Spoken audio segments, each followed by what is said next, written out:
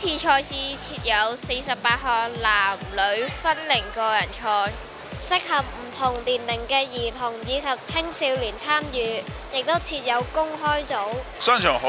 多唔同嘅人行過，佢可能只不過係街坊啊，或者係好奇喺度望下，或者只不過係我嚟買嘢，我哋嚟呢度做其他嘢嘅時候見到佢停喺度。咁對我哋嘅劍手呢，多一份挑戰嘅喎。因為平時呢，除咗你話打啲好大型嘅比賽，你有觀眾之外，你唔會有太多機會咁多觀眾注目望住你。咁對我哋運動員嚟講呢，就要克服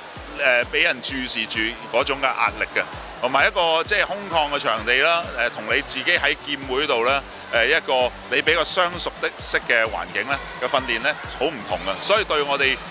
劍手嗰個心理嘅訓練呢，係一個好好嘅幫助。花劍、重劍以及佩劍項目，透過比賽，劍手互相交流同切磋，喺匯聚慈善力量之外，亦都為基層弱勢帶嚟更多嘅關愛。我首先要準備翻我啲嘅劍擊服啦，因為實在太耐冇打咧，做慈善活動啦，咁同埋